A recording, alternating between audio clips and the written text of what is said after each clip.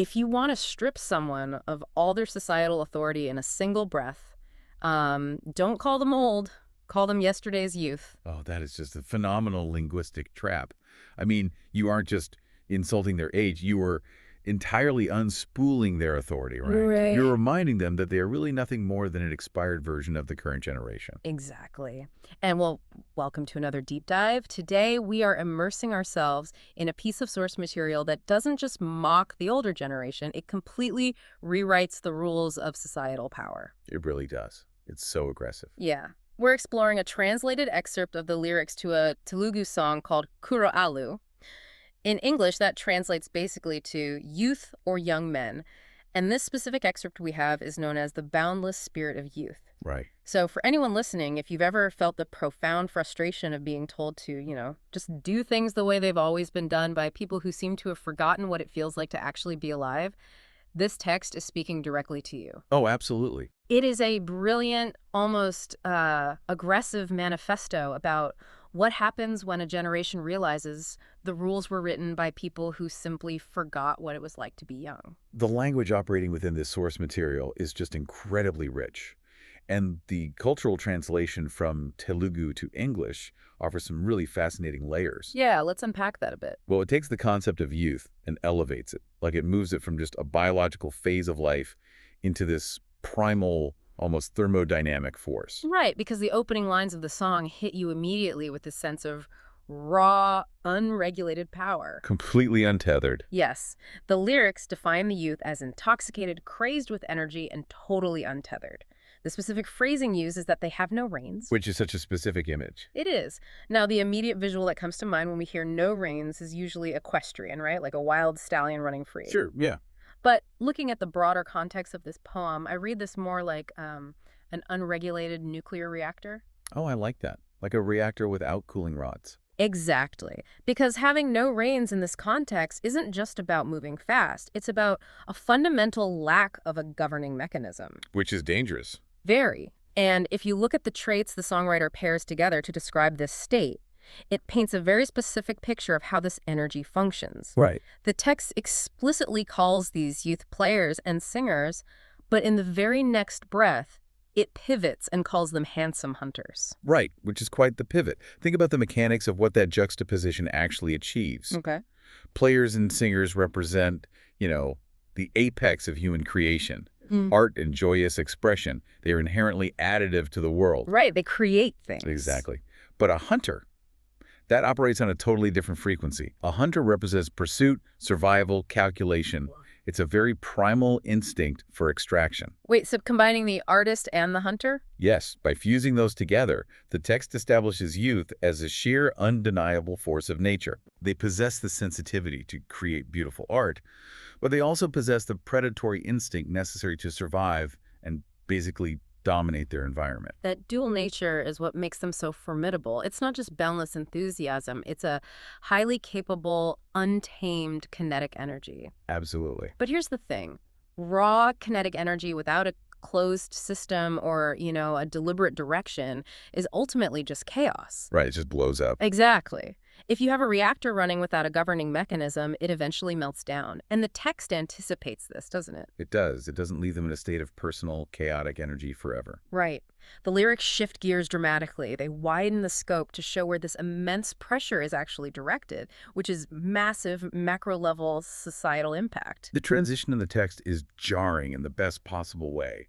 Suddenly, these handsome hunters are credited with, as the text says, burying the past and changing history. And they're described as legends, as shelters for time, Yes. the champions of today, and enemies to evil.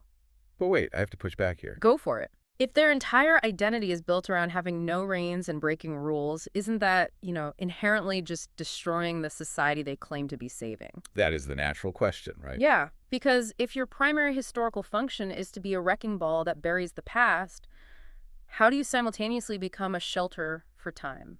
Well, it requires a shift in how we view the mechanics of progress. Like, Yeah. to build a new architectural framework for society, you often have to clear the lot first. Oh, okay, like a teardown. Exactly. Changing history necessitates the burial of the outdated, calcified past that is actively holding society back.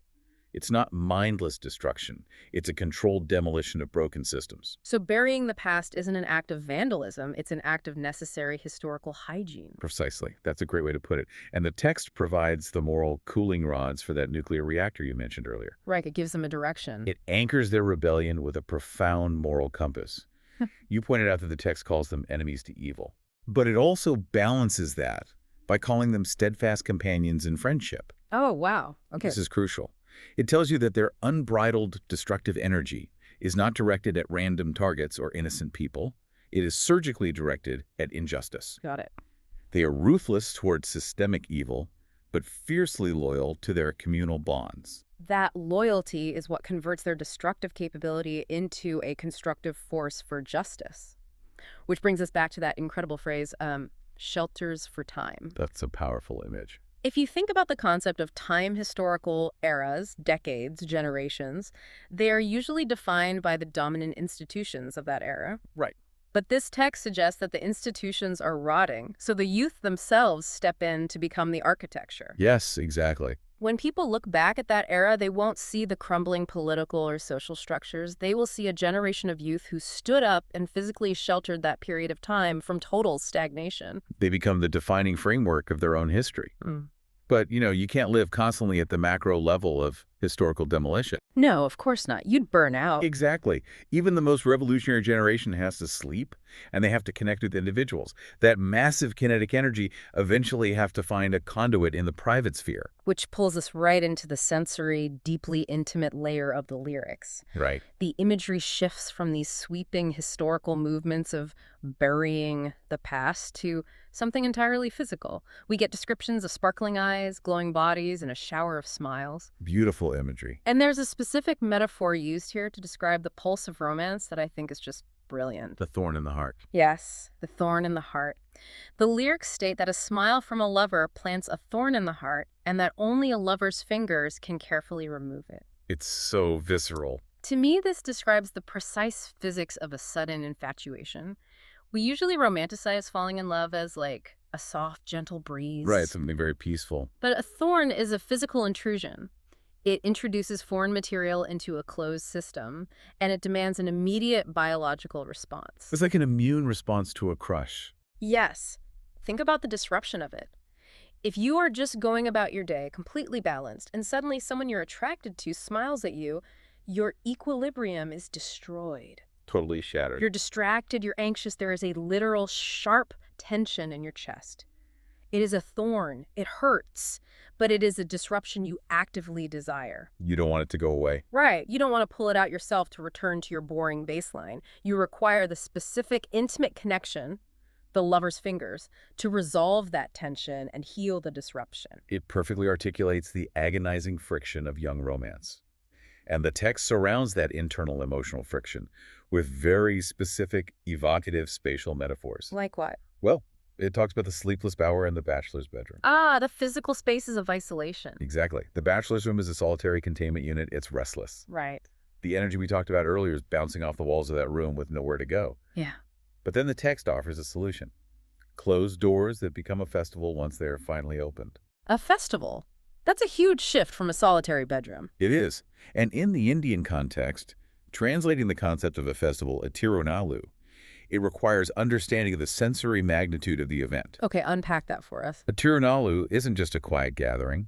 It is an explosion of color, sound, community, feasting, and joy. It is the absolute antithesis of a lonely, closed-off room. So the act of falling in love, of opening that literal and metaphorical door, acts as the valve. It releases the pent-up kinetic energy of the bachelor's room and invites a vibrant communal festival into a previously isolated life. The exact same grand, unregulated energy that allows them to demolish outdated historical structures is the energy that transforms a quiet, solitary room into a chaotic festival of romance. That is fascinating. It's all the same thermodynamic force, just applied to different scales of the human experience. Okay, so we have a generation that possesses the agency to conquer history and the capacity to embrace profound, transformative connection. But there is a massive roadblock. To truly claim their era, To build the new structures after the controlled demolition, they have to confront the old guard, The inevitable conflict. the established authority figures who look at this beautiful, chaotic energy and demand that the youth calm down, conform, and put the reins back on. This is where the song transitions from a celebration of vitality into a radical ideological climax. Yeah. It moves from describing a state of being into prescribing a humanist philosophy. And the lyrics bring up the old people who preach morals, the ones trying to enforce the old rules. And it dismisses them with that label we discussed at the very beginning, yesterday's youth. Right. The mechanics of that phrase are just staggering. If you call someone an elder, you grant them inherent authority based solely on their survival. It's like a lifetime achievement award just for the passage of time. It creates a hierarchy where age automatically equals wisdom, which the text fundamentally rejects. Exactly. By labeling them yesterday's youth, the youth look the established authority in the eye and say, you aren't a different, wiser species. You are just me, with less energy and more cobwebs. I love that. Your current moralizing isn't wisdom.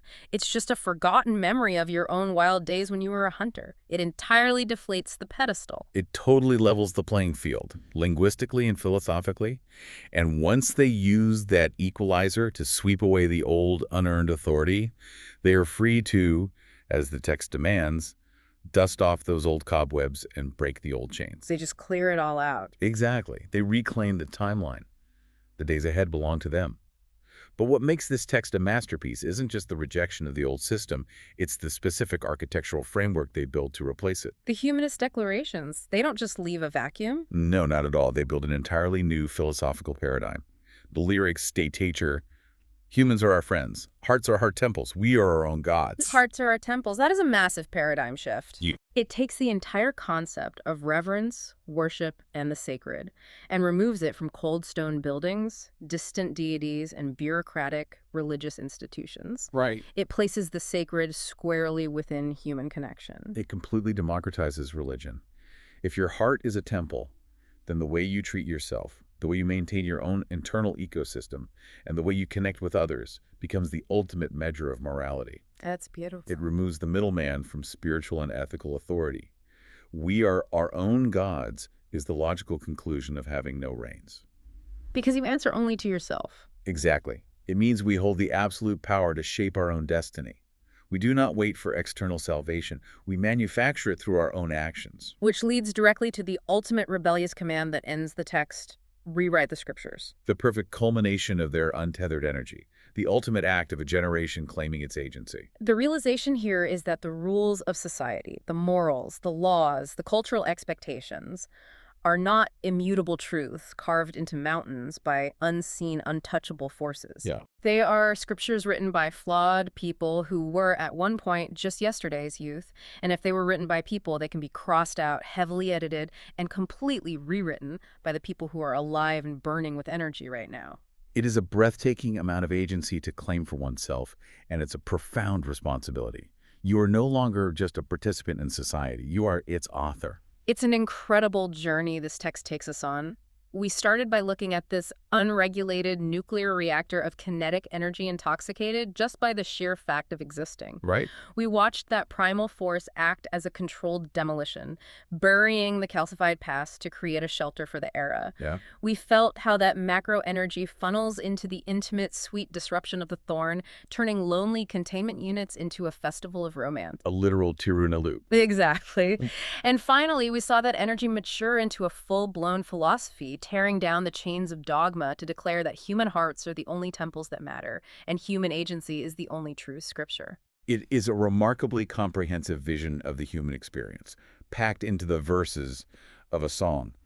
But there's one final lingering detail embedded in this text that I think shifts the entire perspective, especially for you, the listener, regardless of where you are in your life right now. Oh, let's hear it. In the middle of the text, when the songwriter is describing these world-changing, barrier-breaking young people, the lyrics declare that their age is 100 years. 100 years. Yes.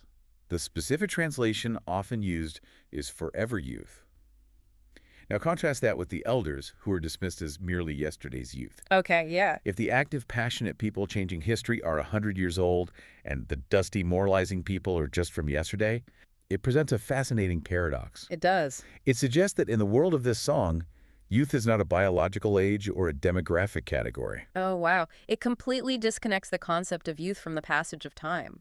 It makes it a methodology, a choice. You can physically be 100 years old and still possess the boundless spirit of a youth, provided you refuse to let your mind fill with those cobwebs. That makes perfect sense. You can be an elder in biological years. But if you are still loving, fiercely, actively dismantling injustice and building temples in the hearts of your friends, you are the youth this song is singing about. Right. Conversely, you can be 22 years old, but if you are rigid, dogmatic, and terrified of disrupting the status quo, well, you are already yesterday's youth. That reframes the entire manifesto. The X-ray machine or your birth certificate might give you a number, but the actual electricity running through the system is entirely up to you. Absolutely. So the question this leaves for you, listening right now, isn't about what year you were born. Not at all. It is about your methodology. Are you letting the cobwebs gather, just accepting the rules as they were handed to you? Or are you still rewriting your own scriptures? Exactly.